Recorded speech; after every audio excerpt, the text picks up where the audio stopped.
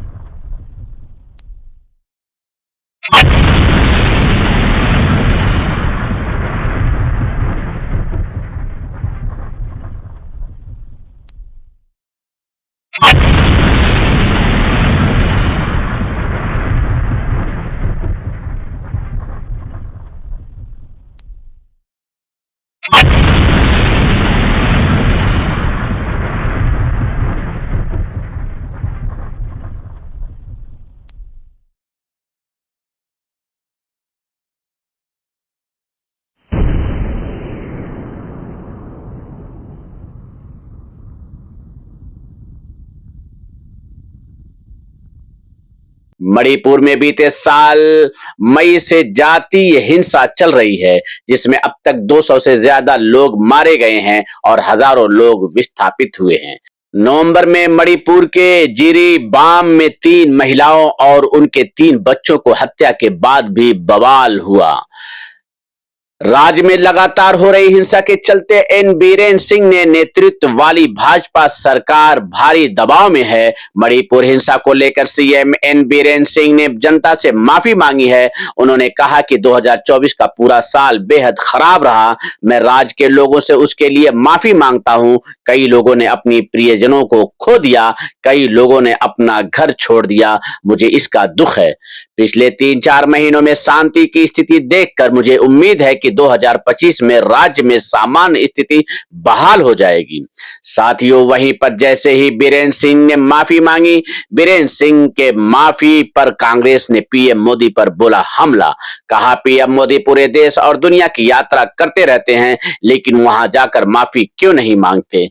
साथियों, एक और बड़ी खबर, हरदीप सिंह पुरी को गिरफ्तार करें। रोहिंग्या के मुद्दे पर केजरीवाल का केंद्रीय मंत्री पर जो जोरदार पलटवार करते हुए उन्होंने कहा कि झूठ की धूप से तो बर्फ भी नहीं पिघलती, सच तो फिर भी चट्टान की तरह होता है।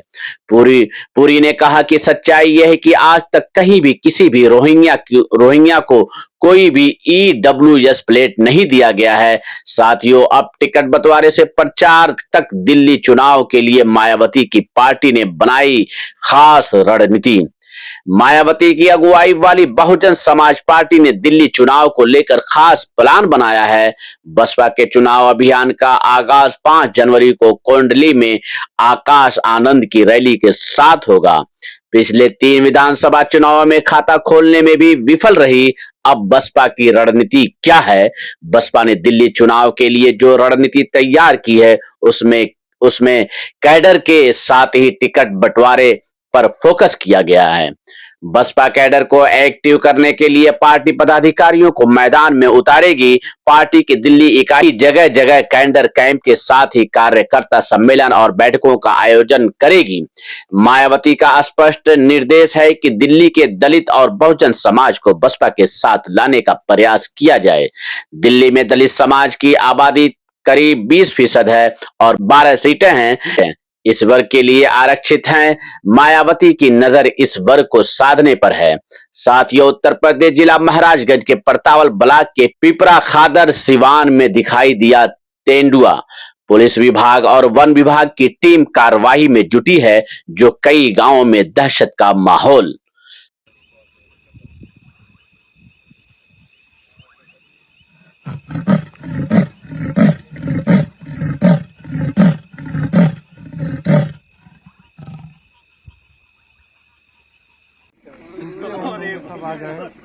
हेलो, हाँ मिलो भाई, अरे कहाँ हो? अरे जगह चाहिए कहीं दे।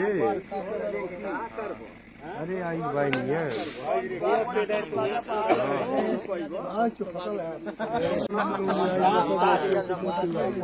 साथियों, इस खबर में बस इतना ही। मिलते हैं अगली खबरों के साथ, तब तक आप अपना ख्याल रखें।